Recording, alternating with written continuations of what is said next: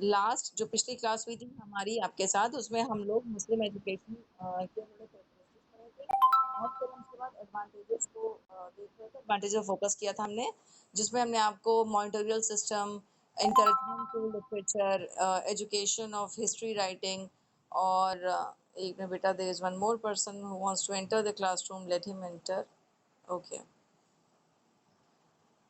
ठीक है, stress on development of knowledge, organization of free education, इन सब पर वी हैड ऑलरेडी डिस्कशन हो चुका है इस पे क्लास में।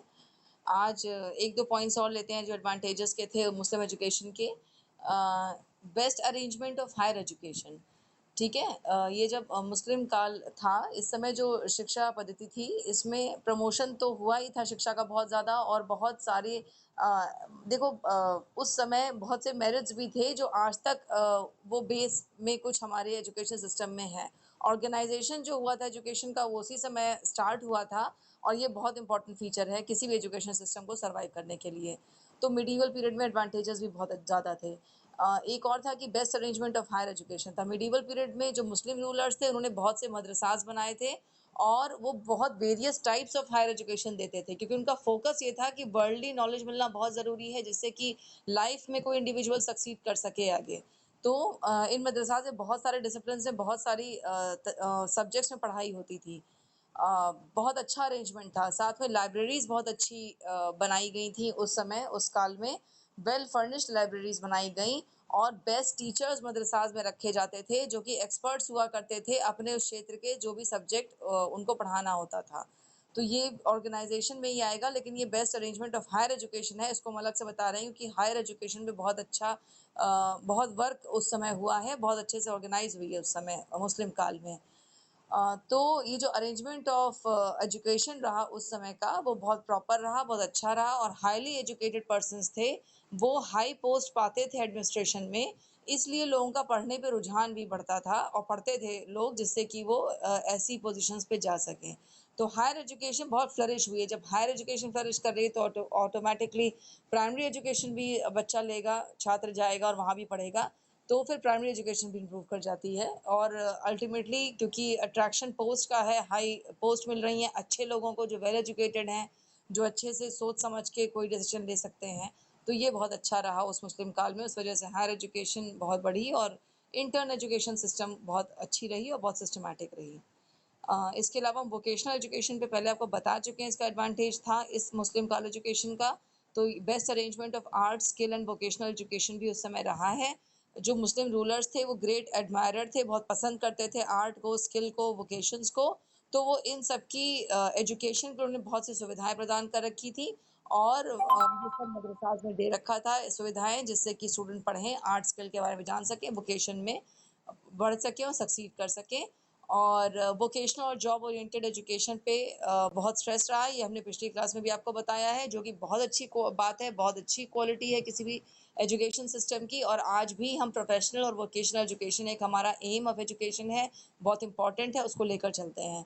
उस समय ये बहुत इंपॉर्टेंट रहा है, मुस्लिम काल से ये स्टार्ट हुआ है, और बहुत एम्फेसिस रहा है, बहुत स्ट्रेस रहा है इस चीज़ पर कि एजुकेशन होनी चाहिए, जॉब ओरिएंटेड एजुकेशन होनी चाहिए, जो कि बहुत एक पॉजिटिव पॉइंट रहा है, बहुत अच्छी एडवांटेज रही है मुस्लिम काल एजुकेशन की।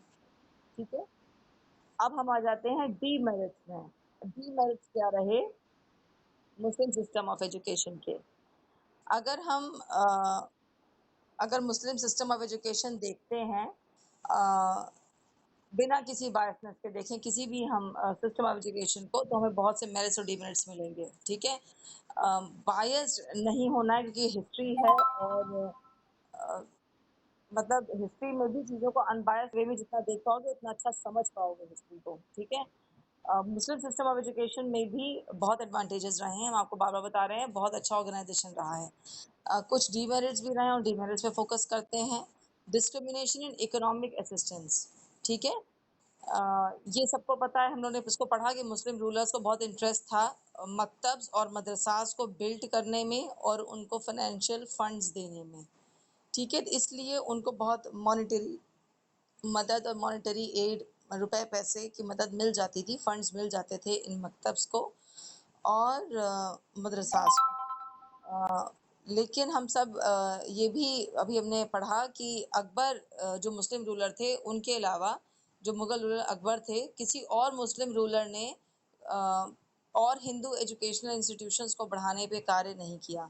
अकबर ही ऐसे रूलर रहे, मुग़ल एम्परर्स के टाइम में मुग़ल रूलर रहे जिन्होंने हर तरह के एजुकेशनल इंस्टीट्यूशंस को बढ़ावा दिया। लेकिन जो इसके पहले हिंदू एजुकेशन इंस्टीट्यूशंस रहे और जो बुद्धिज़्म सिस्टम था एजुकेशन का, वहाँ पे इकोनॉमिक असिस्टेंस नहीं मिली और इस वजह से थोड़ा-सा बायस्ड बिहेवियर रहा रूलर्स का, जिस वजह से मकतब्स और मदरसास के अलावा बाकी इंस्टीट्यूशंस ने सफ़र किया और धीरे-धीरे एंड हो गया, वो सिस्टम ही चला गया, ख़त्म हो गया। तो ये बहुत बायस्ड वो रहा, इकोनॉमिक असिस्टेंस नहीं दी गई और इंस्टीट्यूशंस को, क्योंकि इकोनॉमिक असिस्टेंस देने की परंपरा एक तरह से मुग़ल एम्परर्स ने ही स्थापित की और जब रुपया पैसा आ गया तो ऑब्वियसली वो इंस्टीट्यूशंस बहुत अच्छे से बढ़ गए। लेकिन जहाँ पहले भी जहाँ पैसे के बेसिस पे नहीं चीज़ें चलती थीं और पैसा नहीं था बेस में, ना प्रॉफ़िट लिया जाता था, ना फंड्स मिलते थे, अपनी इच्छा अनुसार किसी ने दान कर दिया, उस तरह से सिस्टम चल रही थी। तो वहाँ पे इस तरह का जब सिस्टम आया और उनको नहीं मिला, तो सफ़र बहुत किया और अदर इंस्टीट्यूशंस ने। इसके अलावा attack on the modern Indian education. Medieval period में अकबर जो थे वो बहुत, उनको कहा जाएगा टॉलरेंट मुग़ल एम्परर थे। बाकी मुग़ल एम्परर्स इतना टॉलरेंट नहीं थे और जो और मुग़ल एम्परर्स थे उन्होंने जो एजुकेशन सिस्टम चलाया वो मुस्लिम रिलिजन से जो उस पे इन्फ्लुएंस बहुत देखा गया, मुस्लिम कल्चर का, मुस्लिम इन्फ्लुएंस का, वो अपने रिलिजन को लेके उन्होंने बढ़ाना चाहा और उस तरह से उन्होंने एजुकेशन सिस्टम को चलाया। इसके अलावा उन्होंने पूरी कोशिश करी कि और एजुकेशनल इंस्टीट्यूशंस ना बढ़ पाएँ, ना प्रमोट हो पाएँ, ना एनकरेज हो वो और इस तरह से एनकरेज ना करके और इंस्टीट्यूशंस को भी उन्होंने एक तरह से डिस्ट्रॉय किया और इंस्टीट्यूशंस को। अ, जो एक मुग़ल मुस्लिम रूलर थे कुतुबुद्दीन ऐबक, जैसे ही ये अ, मतलब राजा बने, इन्होंने बुद्धिस्ट जो famous Buddhist universities of Nalanda और विक्रमशिला थी, इसको इन्होंने ध्वस्त किया और अपने आर्मी ऑफिसर बख्तियार खिलजी के साथ, और आप लोग जो हिस्ट्री के स्टूडेंट्स हैं वो इसको और बेटर इस को डिटेल में जानते होंगे। तो इस तरह से उन लोगों ने डिस्ट्रॉय किए वो सिस्टम जो बहुत प्रॉपरली चल रहे थे, बहुत अच्छे से चल रहे थे, जो सिस्टम ऑफ एजुकेशन मॉडर्न उस समय था, उसको पूरी तरह से डिस्ट्रक्ट ही कर दिया। और साथ में इन्होंने जो ब्राह्मणिक एजुकेशन चल रही थी वैदिक काल में, जो ब्राह्मणिक एजुकेशन सिस्टम था, उसको भी अटैक किया, मुस्लिम रूलर्स ने बहुत अटैक किया और उसको भी ध्वस्त करने की पूरी कोशिश की। लेकिन फिर भी इतने के बाद भी वो सिस्टम किसी तरह सर्वाइव कर गया और वो थोड़ा बहुत चलता रहा है उस काल में। दो उसको बहुत असिस्टेंस नहीं मिली और उसको विपरीत स्थितियाँ बहुत मिली ब्राह्मणिक सिस्टम ऑफ एजुकेशन या वैदिक एजुकेशन सिस्टम को। फिर भी वो सर्वाइव करता रहा क्योंकि उसको पहले भी कोई असिस्टेंस नहीं था, तो जो पहले ही जब उसने उस तरह से वो सिस्टम चल रहा था तो किसी तरह वो सिस्टम सर्वाइव कर गया। तो ये इसका एक जो भी मॉडर्न सिस्टम ऑफ एजुकेशन उस समय काल में चल रहा था, उसको डिस्ट्रॉय करके अपने सिस्टम ऑफ एजुकेशन को, जो कि रिलीजन और कल्चर के बेस पे था, क्योंकि रूलर्स वही थे, अथॉरिटीज़ बन चुके थे, तो वो हुआ है उस काल में। इसके अलावा मेन एम ऑफ एजुकेशन था वो इस्लामिक कल्चर और रिलीजन को प्रोपेगेट करना था। मुस्लिम एम्परर्स जो थे वो इंसिस्ट करते थे अपने इस्लामिक कल्चर और इस्लामिक रिलीजन को प्रोपेगेट करने का और कंपल्सरी कर रखा था हर मकतब और मदरसाज़ में उन्होंने रिलीजन, इस्लामिक रिलीजन को पढ़ाने के लिए एजुकेशन दी जाएगी। तो ये कंपल्सरी था हर जगह। और हिंदूज़ की जो फीलिंग्स और जो इमोशंस थे उसके ऑब्वियसली कॉन्ट्ररी था, क्योंकि उस समय मेजॉरिटी ऑफ हिंदूज़ थे इंडिया में, और इस तरह का सिस्टम आया तो उनकी फीलिंग्स हर्ट हुई हैं और इमोशंस हर्ट हुए हैं और ये थोड़ा-सा इनटॉलरेबल बिहेवियर रहा मुग़ल एम्परर्स का जो रहा, ये हिंदूज़ के लिए बहुत इनटॉलरेबल रहा। इस तरह के सिस्टम ऑफ एजुकेशन को लाना जिसमें रिलीजन को बढ़ावा दिया जा रहा था, जो कि रिलीजन उनकी नहीं थी और वो मेजॉरिटी में थे हिंदूज़, तो वो किस तरह के एजुकेशन सिस्टम को लें और कहाँ जाएँ, ये एक प्रॉब्लम आई और बायस्ड बिहेवियर रहा मुस्लिम एम्परर्स का हिंदुओं के प्रति हर तरीके से, रिलीजन, कल्चर, एजुकेशन, हर चीज़ को लेके तो आघात पहुंचा है उस समय हिंदू सिस्टम को हर तरीके से, चाहे वो रिलीजन हो, चाहे कल्चर हो, चाहे एजुकेशन हो। और ये प्रॉब्लम रही है ये भी। फॉरेन लैंग्वेजेस रही हैं मीडियम ऑफ एजुकेशन उस समय, ये भी इसकी डिसएडवांटेज है क्योंकि medium of teaching in maktabs and madrasas जो थी, जो कि मिडीवल पीरियड में बने थे, उनकी वो मीडियम ऑफ इंस्ट्रक्शन हम सब पढ़ चुके हैं, अरेबिक और पर्शियन थी और बाद में उर्दू भी इवॉल्व हुई थी। तो अरेबिक पर्शियन जो पढ़ाते थे, जो कि मीडियम ऑफ इंस्ट्रक्शन रहा, फॉरेन लैंग्वेजेस थी ये, और जो स्टूडेंट्स पढ़ने आते थे मकतब मदरसास में, उनको ये लैंग्वेजेस पढ़नी पड़ती थी शुरुआत से ही, मकतब से भी, मकतब में जाने पे। और इंडियंस के लिए ये एक पर्शियन और अरबी को लर्न करना, जिसको नहीं पता है उसके लिए दिक्कत होता है, उसको नहीं आता तो घर में भी असिस्टेंस नहीं मिलता क्योंकि कुछ पता नहीं होता है, और फॉरेन लैंग्वेज है तो पढ़ने में दिक्कत होती है। जैसा आप सब लोग को भी थोड़ा बहुत फील होता होगा, जबकि उर्दू तो कितने सालों से हमारे देश में, और हम सब जानते हैं उर्दू के शब्दों का भी इस्तेमाल करते हैं, फिर भी अगर लर्न करनी होती है तो हमें समय चाहिए होता है, और लिखना सीखने के लिए भी हमें टाइम चाहिए होता है। जिनको जानकारी नहीं है, तो जिनको जानकारी है उनके लिए ठीक है, उनको मिल जाना चाहिए। जिनको जानकारी नहीं है उनको ऑप्शन मिलना चाहिए, ये बिल्कुल सही है। लेकिन उस समय नहीं ऑप्शन मिला और आपको ऑप्शन मिला।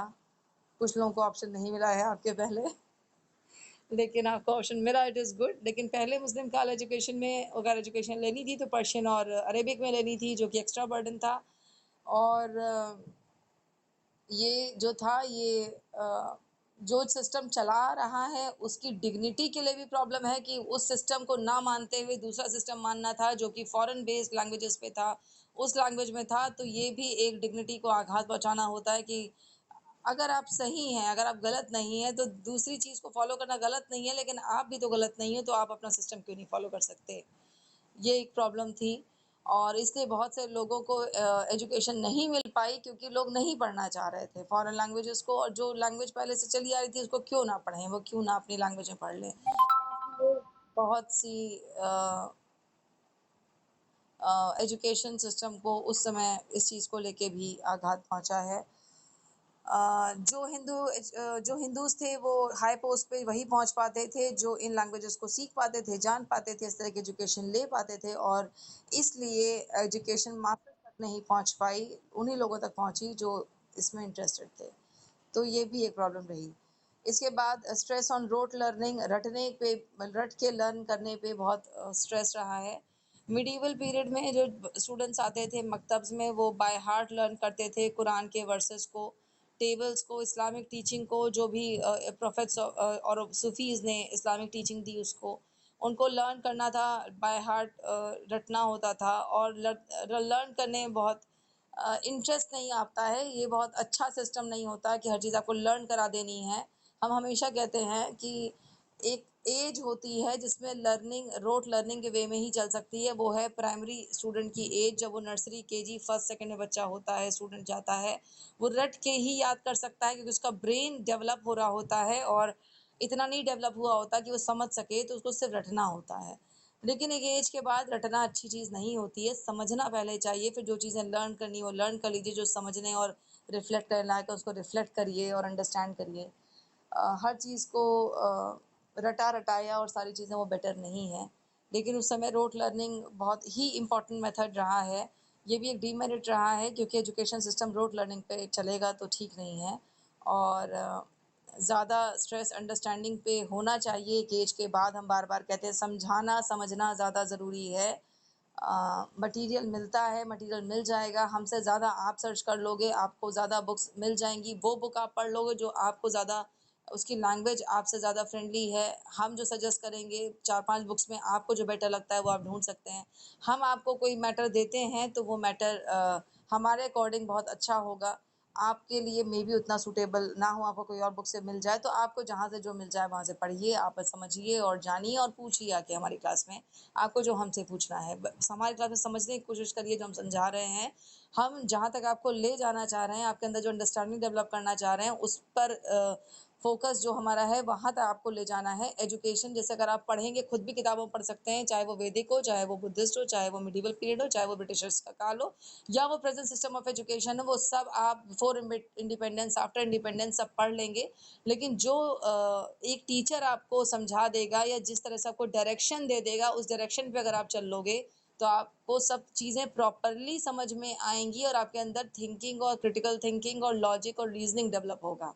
फिर आप जब आप डिबेट्स या डिस्कशंस या ऐसे फोरम्स पे पहुंचोगे तो आप रटे रटाई बात पे या किताबी ज्ञान पे बात नहीं करोगे, किताब से पढ़े हुए ज्ञान को लेके रिफ्लेक्ट कर पाओगे अपनी अंडरस्टैंडिंग को।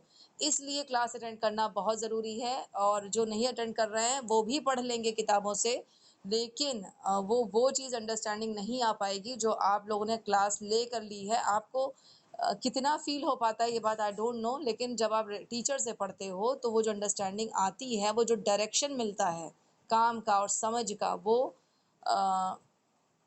अगर प्रॉपर एजुकेशन चल रही है तो एक वो अनबायस्ड जो एक रास्ते पे आप जाओगे, वहाँ मतलब टीचर की ही आवश्यकता है जाने के लिए। इसलिए अंडरस्टैंडिंग होनी ज़रूरी है, और क्लास में समझना समझाने वाला जो एक टीचिंग लर्निंग प्रोसेस का इम्पॉर्टेंट पार्ट है, ये होना ज़रूरी है। इसके अलावा एक डीमेरिट रहा है disregard to Indian languages, literature, religion and philosophy. इस समय काल में मुस्लिम एजुकेशन सिस्टम जब रहा है, मुस्लिम काल जब रहा है, एजुकेशन लैंग्वेजेस ऑफ इंडिया में नहीं पढ़ाई गई है। एजुकेशन शिक्षा जो थी उस समय, आपको मैंने बताया, इंडियन लैंग्वेजेस में नहीं थी, इसलिए इंडियन रिलीजन और फिलॉसफी ऑब्वियसली ये इसके बारे में सोच पाना भी उस समय मुश्किल था। जब पढ़ाया नहीं जा रहा है, लैंग्वेज को नहीं पढ़ाया जा रहा है, तो फिर लोग जो पढ़ भी नहीं पा रहे हैं वो इंडियन रिलीजन को कैसे जानेंगे, फिलॉसफी को कैसे समझेंगे। और जो मिलिट्री एजुकेशन हाई लेवल पे दी जा रही थी वो इस्लामिक सिस्टम पे बेस्ड थी, मिलिट्री ट्रेनिंग जो थी वो यूनानी सिस्टम पे बेस्ड थी।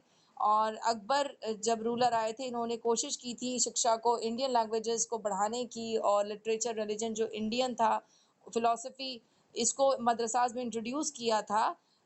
लेकिन जो रूलर्स थे उन्होंने ऐसा नहीं किया, और उनकी वजह से जो सिस्टम चला वो, इसलिए इनका अकबर ने जो इंट्रोडक्शन भी करा इंडियन लैंग्वेजेस का, कल्चर का, सिस्टम का, एजुकेशन का, वो नहीं आगे प्रॉस्पर कर पाई, और ये बहुत बड़ा ड्रॉबैक हो गया मुस्लिम सिस्टम ऑफ एजुकेशन का इस वजह से। रिप्रेसिव डिसिप्लिन था। मिडीवल पीरियड में टीचर्स डिक्टेटर्स की तरह हुआ करते थे, अपने आप में उन्होंने जो कह दिया वो करना ही है, स्टूडेंट को समझ में आ रहा है नहीं आ रहा है, वैसा वो नहीं सिस्टम था, उसको करना ही था। अगर टीचर ने कहा है जो काम या जो वर्क दिया है, जो रटने का है रटो तुम इसको, चाहे जैसे, नहीं समझ में आ रहा है तो रटना तो पड़ेगा, नहीं तो पनिशमेंट मिलेगी। तो ये जो पनिशमेंट थी वो छोटी छोटी मिस्टेक पे मिलने लग जाती थी, क्योंकि जब आप अथॉरिटी वाला बिहेवियर रखने लग जाते हो ना विद स्टूडेंट, अथॉरिटेटिव बिहेवियर जब हो जाएगा टीचर का, फ्रेंडली बिहेवियर नहीं होगा, समझदारी वाला बिहेवियर नहीं होगा, तो धीरे धीरे देखो जिस रास्ते पे आप चल दो वहाँ बढ़ने लग जाते हो। अगर हम आपके साथ फ्रेंडली बिहेवियर रखते हैं, एक फिलोसोफर गाइड की तरह आपके साथ चलते हैं, तो हम इसी रास्ते पे चलेंगे, फिर हमारा रास्ता ही यही है ना। तो हम आपके साथ बहुत ज़्यादा ऐसा नहीं है कि आपको पनिशमेंट देना चाह रहे हैं या कुछ ऐसा है, या अगर बहुत ख़राब कोई चीज़ हमें लगती है कि यार क्लास में ठीक नहीं है या हमें लग रहा है डिसिप्लिन ब्रेक हो रहा है, तो हम कभी नाराज़ भी हो सकते हैं, लेकिन वो नाराज़गी व्यक्त करने का और उसको मैनेज करने का और आपको सही राह पे लाने का सिस्टम अलग होगा। और अगर हम अथॉरिटेटिव बिहेवियर रखते हैं आपके सामने, तो फिर सिस्टम अलग होगा, क्योंकि उस रास्ते पे चल पड़ेंगे, और उस रास्ते पे जब आप चल पड़ेंगे किसी उस रास्ते पे जो कि ठीक नहीं है स्टूडेंट के लिए, तो अल्टीमेटली वो जब धीरे धीरे चीज़ें बढ़ने लग जाती हैं, क्योंकि आपकी समझ में आता है कि यही सही है, क्योंकि आप उस रास्ते पे चल रहे होते हो। तो ये जो टीचर्स हुआ करते थे उस समय, क्योंकि वो डिक्टेटर की तरह होते चले जा रहे थे, वो स्टूडेंट की बात को समझना और सुनना ही नहीं चाहते थे, उसकी क्या समस्या है, उसकी क्या प्रॉब्लम्स हैं, तो वो पनिशमेंट भी छोटी छोटी बातों पर देने लग जाते थे। मारना, पीटना, नील डाउन करना, ये सब चीज़ें ठीक नहीं है। आज के सिस्टम में हम जानते हैं स्टूडेंट्स को इस तरह का पनिशमेंट नहीं दिया जाना चाहिए, नहीं दिया जाता, कि कोई भी टीचर आपको इस तरह का पनिशमेंट दे जिसमें कि थप्पड़ मारना हो, मारपीट हो, नील डाउन करना हो, या ऐसा कुछ भी जिससे सेल्फ रिस्पेक्ट ऑफ स्टूडेंट पे चोट पहुंचे।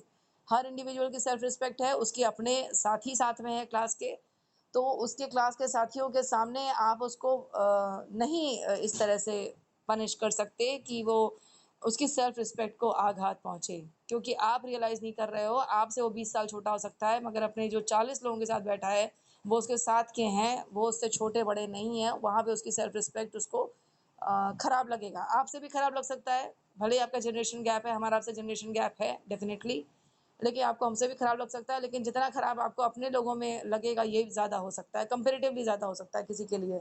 तो सेल्फ रिस्पेक्ट पे नहीं आघात पहुंचना चाहिए किसी की भी, तो इस तरह के पनिशमेंट नहीं दिए जाने चाहिए, लेकिन उस समय इस तरह का पनिशमेंट होता था, दिया जाता था, और ये ठीक नहीं था।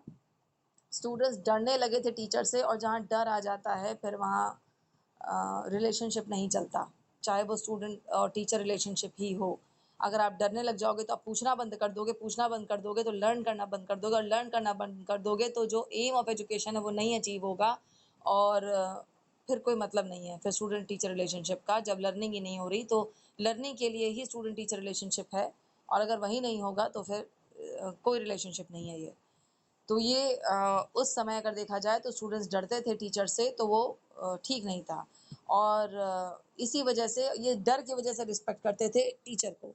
तो डर की वजह से रिस्पेक्ट करना और एक रिगार्ड देना, मन से दिल से पसंद करना किसी टीचर को, उसको रिगार्ड करना, ये अलग होता है। दोनों में आप रिस्पेक्ट पे कर रहे हो, लेकिन टीचर को यही दिख रहा है कि रिस्पेक्ट मिल रही है हमको, लेकिन अगर डर में रिस्पेक्ट पे कर रहे हो उसका कोई मतलब नहीं है। खुद रिगार्ड कर रहे हो दिल से, उसका मतलब है। तो उस समय जो स्टूडेंट्स टीचर को रिस्पेक्ट देते थे, उनकी बात सुनते थे, वो डर के मारे करते थे, क्योंकि उनको लगता था पनिशमेंट मिल जाएगी, मारा जाएगा, पीटा जाएगा उनको, बेइज्जती होगी उनकी। तो ये इस वजह से करते थे, तो ये ठीक नहीं था, और इस वजह से स्टूडेंट्स रिस्पेक्ट करते थे टीचर्स की। ये गलत है, ऐसा नहीं होना चाहिए। और प्रेजेंट डे में क्या है कि ये जो डिसिप्लिन है उसको पूरी तरह से चेंज कर दिया गया है, सेल्फ डिसिप्लिन को प्रमोट किया जा रहा है। डिसिप्लिन में स्टूडेंट को अगर टीचर भी अगर कोई चीज़ बताता है तो वो उसका फॉर्म बदल चुका है।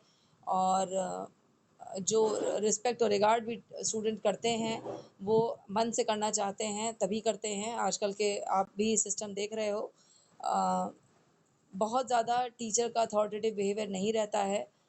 जो आप दिल से मन से करना चाहते हो उतना ही करते हो, और वो ठीक भी है टीचिंग लर्निंग के लिए, कि जो आपको ठीक लग रहा है वो आप कर रहे हो। जो ज़बरदस्ती कोई चीज़ नहीं थोपी जानी चाहिए। इसके अलावा कुछ और चीज़ें भी हैं, उसको हम कल कंप्लीट करेंगे, क्योंकि क्लास अभी लंबी हो रही है, और अभी तक जो आपको पढ़ाया है इसके इसमें आपके हमको क्वेश्चंस इनवाइट भी करने हैं। किसी को कुछ कन्फ्यूजन हो तो वो पूछ ले, किसी कुछ क्वेरीज हो यहाँ तक कुछ पूछ लीजिए। कल हमें लगता है हम ही पढ़ाएंगे, क्योंकि कुछ चीज़ें बाकी रह गई हैं, तो परसों से आपका प्रेजेंटेशन चलेगा। और आपको जो हमने असाइनमेंट दिया उसमें हम परसों कुछ प्रेजेंटेशंस लेंगे। कल हम इसी पे बात करेंगे, अभी हम एक्सटेंड करेंगे अपने लेक्चर्स को। परसों आपका दिन होगा, जब आप रहोगे हम आपको उसमें हेल्प करेंगे प्रेजेंटेशंस में, जो भी मदद की ज़रूरत पड़ेगी आपको। फ़िलहाल यहाँ तक आपको कुछ पूछना हो तो पूछ लीजिए, और that's it for today's class. कोई क्वेरीज हो तो session is open for discussion. Unmute your mics.